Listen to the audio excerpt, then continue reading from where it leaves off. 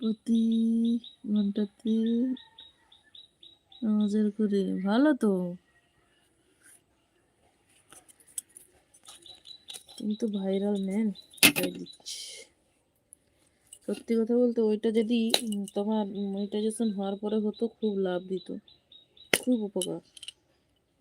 কিন্তু এখন কি হবে জানি না, ওটা তো পরে মনে হয় কাজে দেবে না।